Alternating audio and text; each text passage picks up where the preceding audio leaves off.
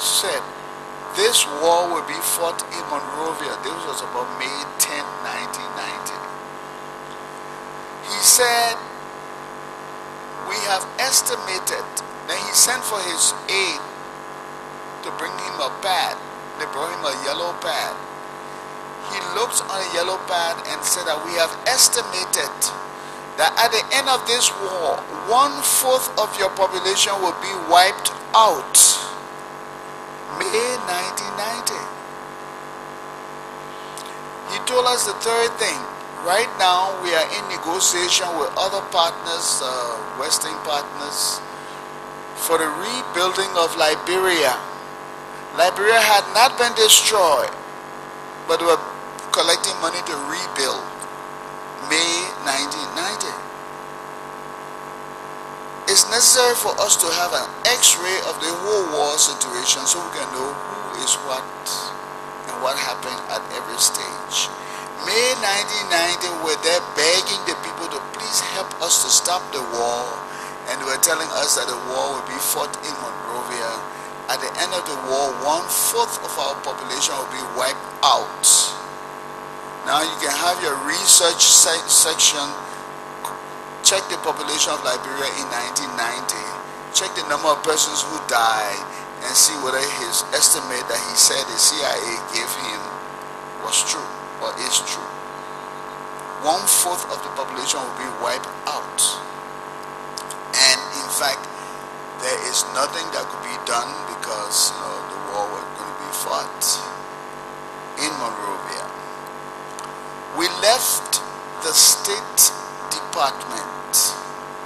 We went to Congress and met with a lot of persons in Congress, including a guy called Marlin Damale, a black congressman from California, and other people. Marlin Damale was in the big group of a lot of other Caucasian people who were members of Congress, and they talk and talk and talk, and Marlin Damale did not say a word in that meeting. He didn't say one word. He just looked. But these Congress people told us a few interesting things, and you can ask Mr. Winston Tubman, Councillor Tubman, and other people to tell you what they said. Maurice Dugley was there. He can tell you what they said. Charles Bagai was there. He can tell you what they said. They told us, for 10 years, we have supported Doe. Everything he wanted, we gave him. For 10 years, he made promises to us, and he has not fulfilled his promises. May 1990, they were saying this. Therefore, we do not trust him anymore. We do not trust him, and we cannot help him to stop any war, because to help him to stop the war is to encourage him to stay where he is, and we do not want him there. He should leave. So there's nothing we can do to help you. Ambassador Stevenson was there. You can call her up and ask her, call the Liberian embassy, they will get in touch with her. I was physically present taking notes. So Congress told us in no uncertain terms they could not help us to stop the war. So we left from Congress, and the next day we went to the White House in the morning. Mr. Winston, Councillor Winston Tubman, and the delegation. So our hope now was that the White House would be our savior. Then, when we entered there, we were introduced to a gentleman called David Charles Miller. David Charles Miller. He was then Deputy Security Advisor to President Bush, not the young Bush, the older Bush. George Walker Herbert Bush, the older Bush. George Walker Herbert Bush, who was former Vice President, former Chief of the CIA, former ambassador of the United States. We met Mr. David Charles Miller in his office in the White House, and he welcomed us and told us that he wanted to discuss some very serious family matters with us because the United States and Liberia are family people. But he had a lot of things to do as a security advisor. So he suggested to us that we should please return to the White House that evening, late afternoon, early evening, about 3, 4, or not later than 5 o'clock. He gave us a special pass to a gate in the back that will allow us to enter the White House. And you can ask Mr. Winston Tubman because he was the head of the delegation. And that special pass that evening took us through the back into the White House, into Mr. David Charles Miller's office. When we arrived and the doors were opened, it was like we were entering a banquet hall. There were foods and drinks everywhere, spread on the table. Like they said, thou preparest a table before me. They spread a table before us. All kind of liquor and food. And we were worried about war, but he had food spread before us. And he was seated with his legs up on his table. And he said, "You have a seat, have a seat." And we took a seat, and he said to Councilor Tubman, "Now what is it you want us to do?" And he told us to go and eat, but nobody could eat. We said, "Let's talk, then we eat." So he said, "What is this that you want us to do?" And Councilor Tubman went on with all his diplomacy and everything, talk. And the man repeated exactly what the State Department had told us. And this is a lesson for people who are in government. When one agency of government says something, there should be coordination. So when they say the government of Liberia has spoken, you know the government of Liberia has spoken. When one agency on Capitol Hill says something, another agency on Benson Street says another thing, another agency on Broad Street is saying another thing, then people know that you are not united and they can break through your ranks. The man at the White House told us, "Look, there's nothing we can do about this situation. Absolutely nothing. Mr. Doe has deceived us for 10 years.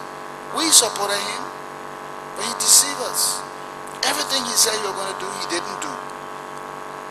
Now what do you want us to do?" He said, "My office, this office of, now his boss at the time was the former Oliver North boss. His boss was the former advisor, Oliver North.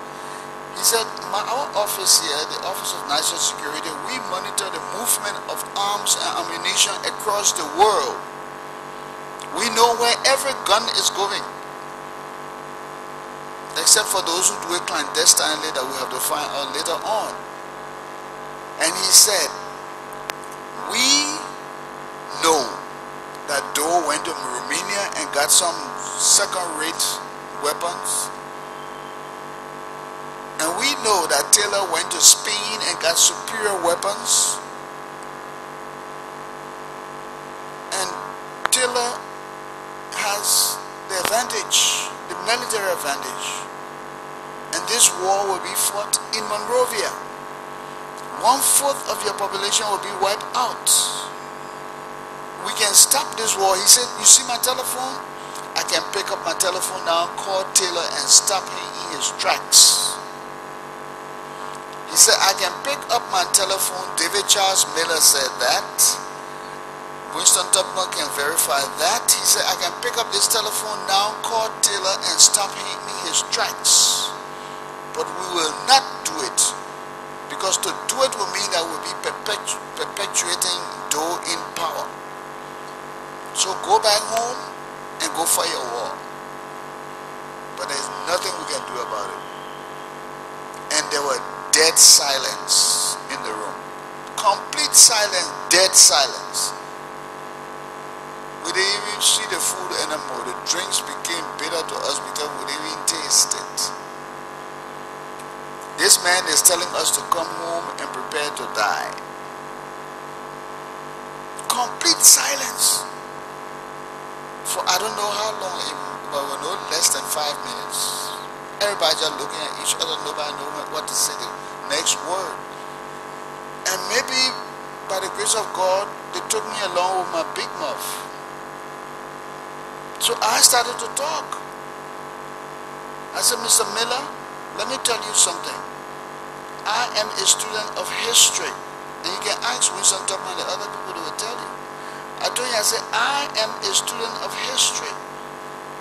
I know about the Trojans. When they sent the soldiers out to fight, the soldiers are instructed to fight and to die fighting, but to never return defeated. They train the women who marry to these soldiers to become soldiers themselves. And the last command that a soldier, a Trojan soldier, gets from his country is from his wife. She hands him his shield and tells him, go and fight for Troy. Come back victorious, or let them bring you back on this shield. There is no place for a defeated hero here. And so your wife tells you to go, come back victorious, or come back dead. I do not want a defeated husband around me. So I told him we are here on a Trojan mission. We're not going back to tell the Liberian people to prepare to die. We'll not do that. Now we came here because we knew you could give us hope.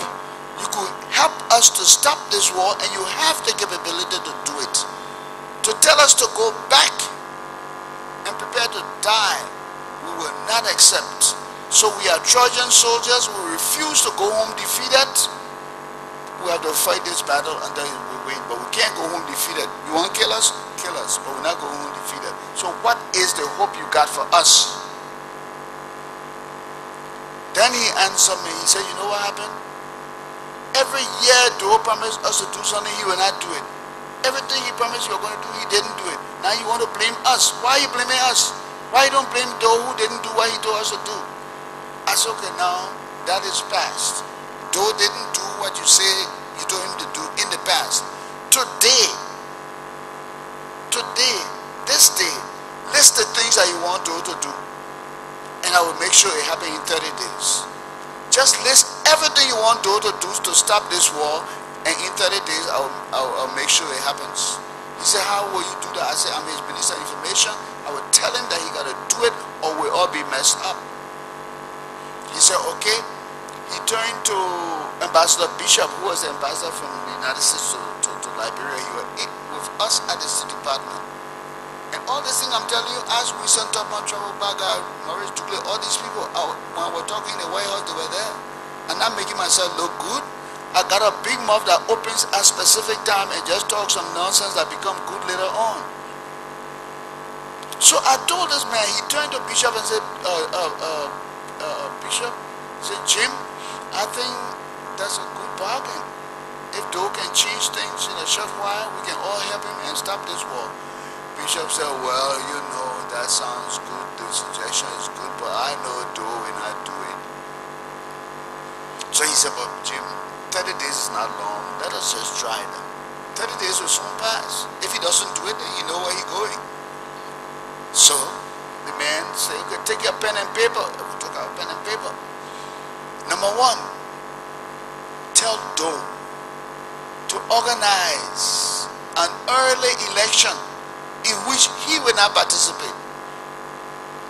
Number two, tell Doe to form a National Human Rights Commission that will not be answerable to him.